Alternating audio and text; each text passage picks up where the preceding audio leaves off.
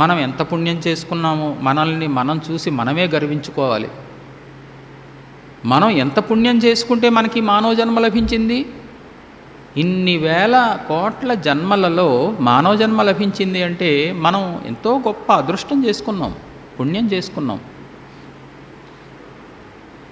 ఈ జన్మ ఎటువంటిది అంటే మోక్షాన్ని పొందడానికి యోగ్యమైనటువంటి జన్మ, పరమ పురుషార్థాన్ని సాధించడానికి యోగ్యమైనటువంటి జన్మ ఇది, ఈ మానవ జన్మ. మరే జన్మ వల్ల కూడా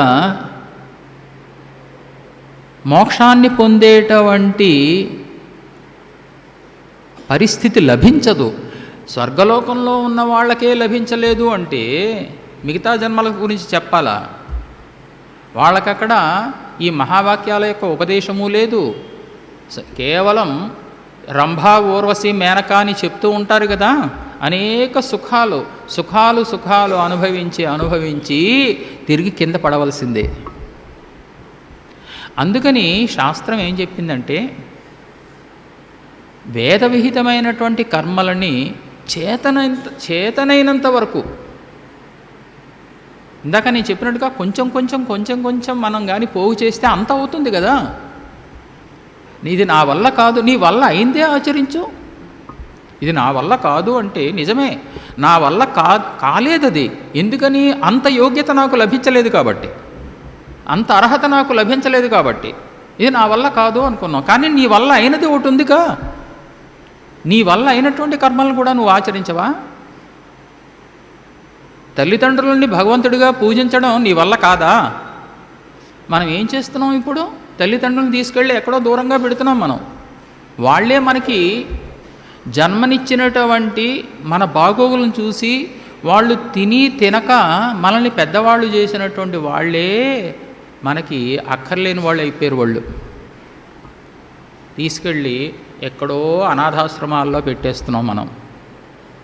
నువ్వు ప్రాథమికమైనటువంటి కర్మలనే నువ్వు ఆచరించలేదు. గురువుని చూస్తే తప్పుకుని వెళ్ళిపోతున్నాం మనం. గురువుకి నమస్కారం చేసి వారిని మనం ఎప్పుడైనా పూజించామా? అతిథి దేవో భవ అని శాస్త్రం చెప్పింది.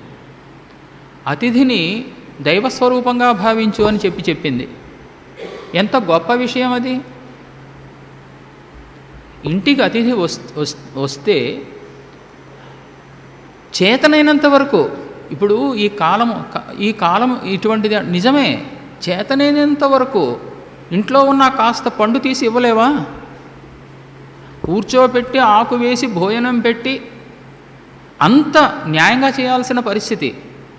ఆ ఇంటికి వచ్చినటువంటి అతిథి ఆకలి తీర్చి సంతోషపెట్టి పంపాలి మనం. పోనీ అంత చేయలేదు, గ్లాసుడు మంచినీళ్ళైనా ఇస్తున్నావా? ఇంటికి వచ్చినటువంటి ఆకలితో ఉండి దాహంతో ఉండి ఇంటికి వచ్చిన అతిథికి మనం ఏమీ పరిచర్యలు చేయకుండా పంపించేస్తే ఎంత పాపమో శాస్త్రం ఏం చెప్పిందంటే, ఆ అతిథి తనకున్నటువంటి పాపాలన్నీ ఆ ఇంట్లో వదిలేస్తాడట. ఆ ఇంట్లో ఉన్నటువంటి వాళ్ళు చేసుకున్న పుణ్యం ఏమైనా ఉంటే దాన్ని తీసుకుని వెళ్ళిపోతాడట.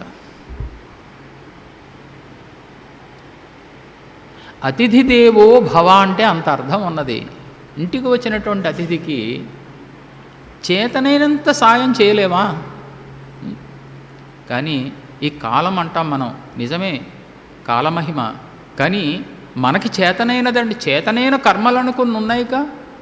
యజ్ఞయాగాదుల దాకా పోవద్దు, చేతనైన కర్మలు ఉన్నాయి కదా.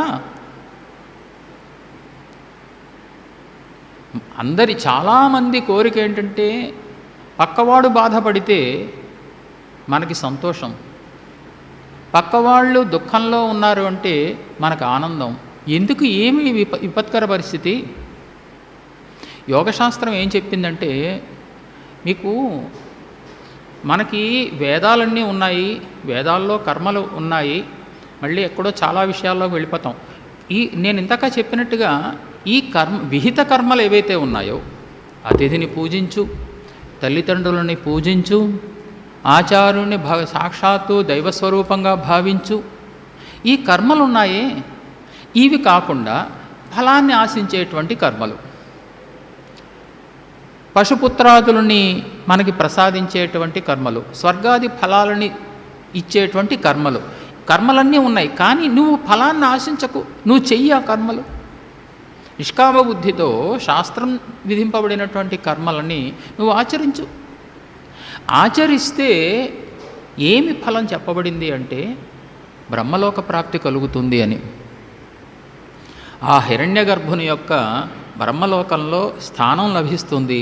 అక్కడ వారు చేసి ఎందువల్ల అంటే జాగ్రత్త, నిష్కామ బుద్ధితో ఎప్పుడైతే కర్మలు నువ్వు ఆచరించేవో చిత్తము శుద్ధమైంది. మన చిత్తము ఎందుకు మలినమైంది ఒకసారి మనం ఆలోచిస్తే కోరికలే కారణం. కోరికలు, ఎన్ని కోరికలు. నాకు ఏదో ఇంత ధనం దొరికింది, సంపాదించుకున్నాను, సంతృప్తి లేదు. అంతొస్తే బాగుండును అనుకుంటున్నాను నేను. అంతా ఇచ్చాడు దేవుడు, అయినా సంతృప్తి లేదు. అంత వస్తే బాగుండును అని, అయినా సంతృప్తి లేదు. మా పక్కవాడిగా అంత ఉంది కదా, ఇది దుఃఖం. మనకు ఉన్నది అని సంతోషం కాదు, వాడికి ఉన్నది అని, నాకంటే ఎక్కువ ఉన్నది అని చెప్పి దుఃఖం. యోగ చిత్తవృత్తి నిరోధ అని చెప్పాడు యోగశాస్త్రంలో. చిత్తవృత్తులు, మన చిత్తంలో ఉన్నటువంటి అనేక ఆలోచనలు, వాటిని ఆపాలి, వాటిని నిరోధించగలగాలి.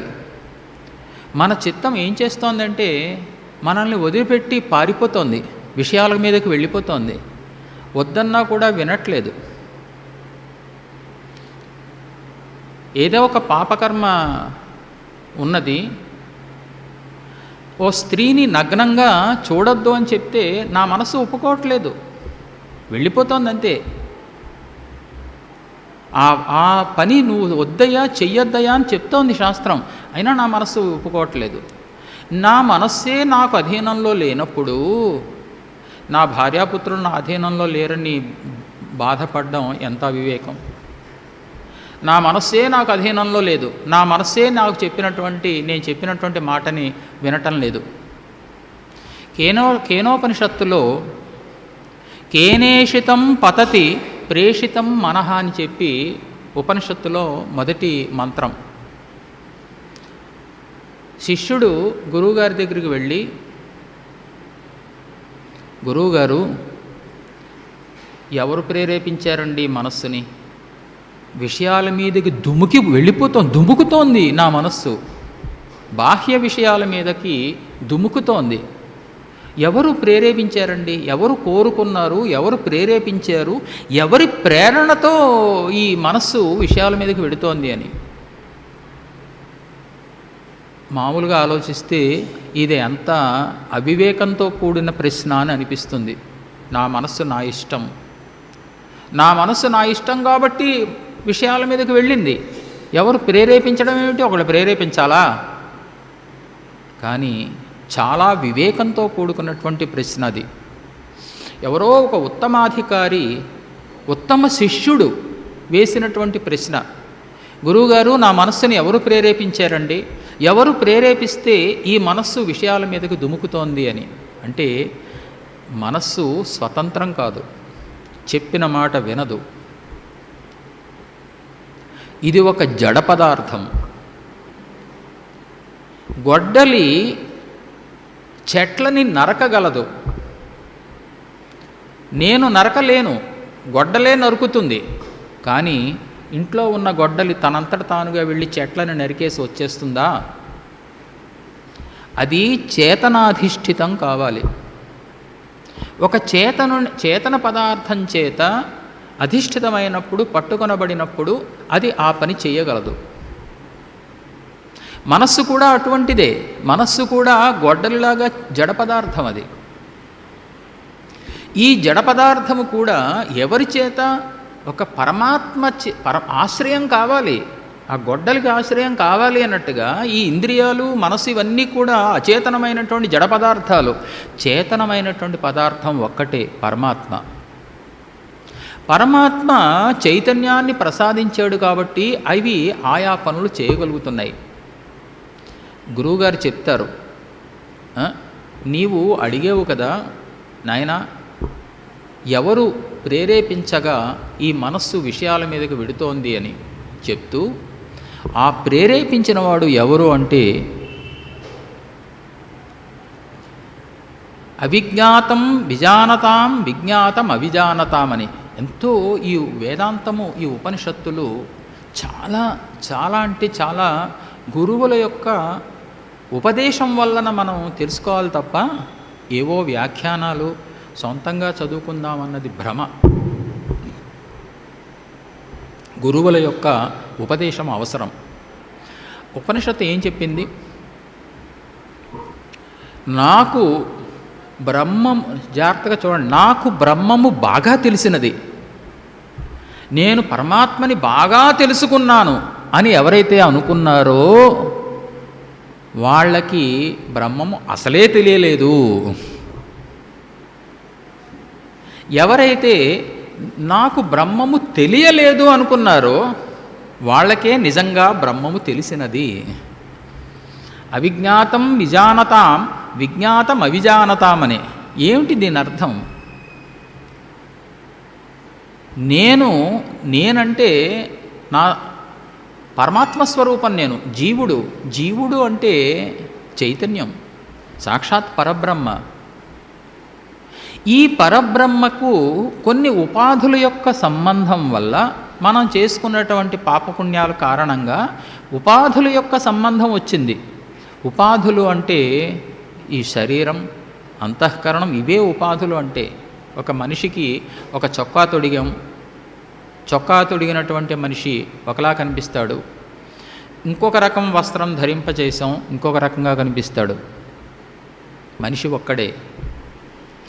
ఈ జీవుడు కూడా ఈ ఉపాధుల కారణంగా, ఈ అంతఃకరణము, శరీరము, ఇంద్రియాలు, ఈ ఉపాధుల కారణంగా, ఉపాధులు అంటే వచ్చి చేరినవి అని అర్థం సామాన్యంగా చెప్పుకోవాలంటే, వచ్చి చేరినటువంటి ఉపాధుల కారణంగా ఈ జీవుడు ఏమనుకుంటున్నాడంటే, నేను బ్రాహ్మణుణ్ణి,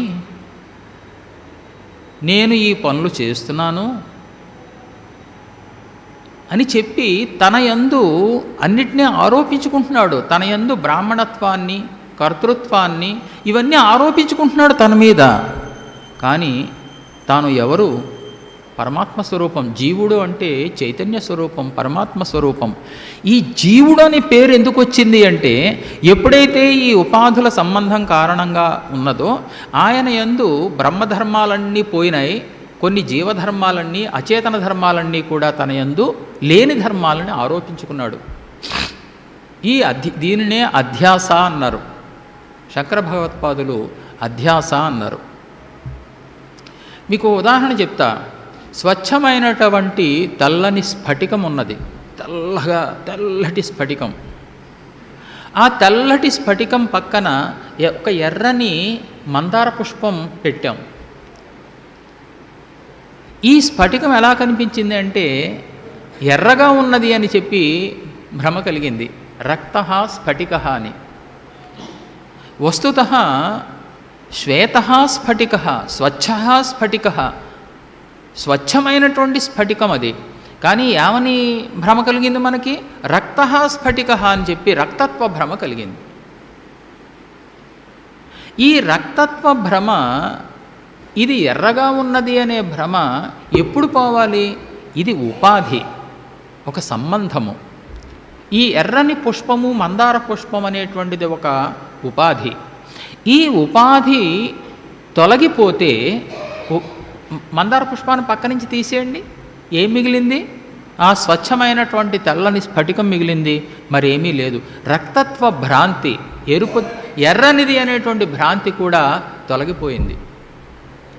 అదేవిధంగా ఇక్కడ మనకి ఆ ఎర్రని ఒక మందార పుష్పం అనే ఉపాధి అన్నట్టుగా ఈ చైతన్యానికి అంతఃకరణము, శరీరము, ఈ ఉపాధులన్నీ వచ్చాయి.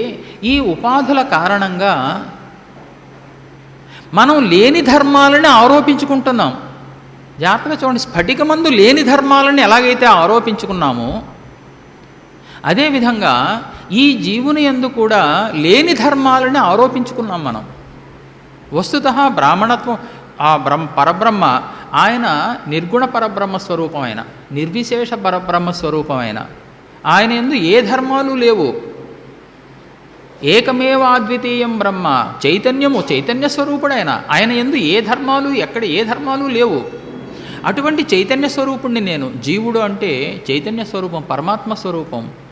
ఈ పరమాత్మ స్వరూపానికి అంతఃకరణ మనం చేసుకున్నటువంటి కర్మల వల్ల ఈ ఉపాధి సంబంధం ఎందుకు వచ్చిందండి? అయితే ఎందుకు వచ్చింది అంటే మనం చేసుకున్నటువంటి కర్మలు, మనకి ఈ మనం చేసుకున్నటువంటి కర్మలు, సంచిత కర్మలు కొండ గుట్టలాగా ఉన్నాయి.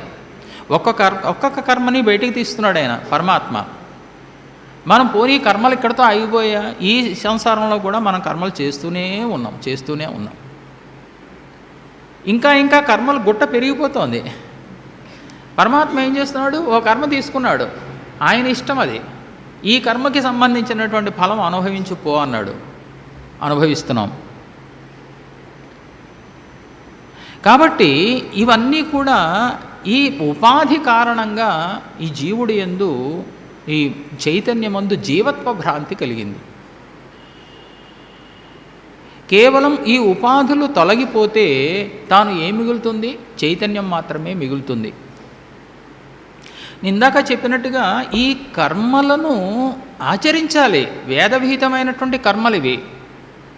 నిష్కామ బుద్ధితో మనం ఆచరించినప్పుడు ఏమవుతుంది? ఇందాక మనం అనుకున్నట్టుగా బ్రహ్మలోక ప్రాప్తి కలుగుతుంది.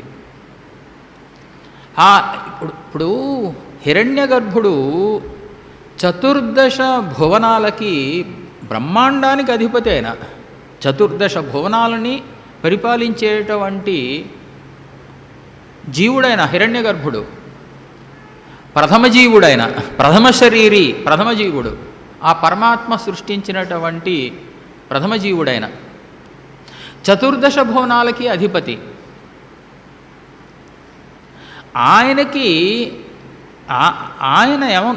ఆయనకి ఒక పెద్ద ప్రారబ్ధం ఏమిటి అంటే, ఆయన అనుకున్నట్ట, నాకు ఒక పెద్ద ప్రారబ్ధం ఏమిటి? నా ప్రారబ్ధం ఈ చతుర్దశ భువనాలని పరిపాలించడమే నేను చేసుకున్నటువంటి పెద్ద ప్రారబ్ధం. మనకేదో అధికారం లభించింది, మనం ఏదో అధికారంతో మనం ఎంతో సుఖాన్ని అనుభవిస్తున్నాం అనుకున్నాం. కానీ అది మనం చేసుకున్నటువంటి ఒక పెద్ద ప్రారబ్ధం. అది మనం చేసుకున్నటువంటి మా పుణ్యకర్మలో, పాపకర్మలో, దానివల్ల మనకు కలిగినటువంటి ఫలం అది. హిరణ్యగర్భుడు కూడా ఆ రకంగా భావించేట, నేను చేసుకున్న ప్రారబ్ధం ఇది. ఈ ప్రారబ్ధం కూడా నశించిపోతే వీళ్ళందరితో పాటు, తనతో పాటు వచ్చారు కదా, ఈ బ్రహ్మలోకానికి వచ్చారు కదా, వాళ్ళతో పాటు ఆయన కూడా ముక్తుడవుతాడట. హిరణ్యగర్భుడు కూడా ఈ మహావాక్యాల యొక్క ఉపదేశం వల్ల ఆయన కూడా ముక్తుడవుతాడు. అంటే ఏమైంది? మనకి వేదము కర్మలని విధించింది, జ్ఞానాన్ని చెప్పింది. Thanks for watching. Please comment, like, share and subscribe our channel.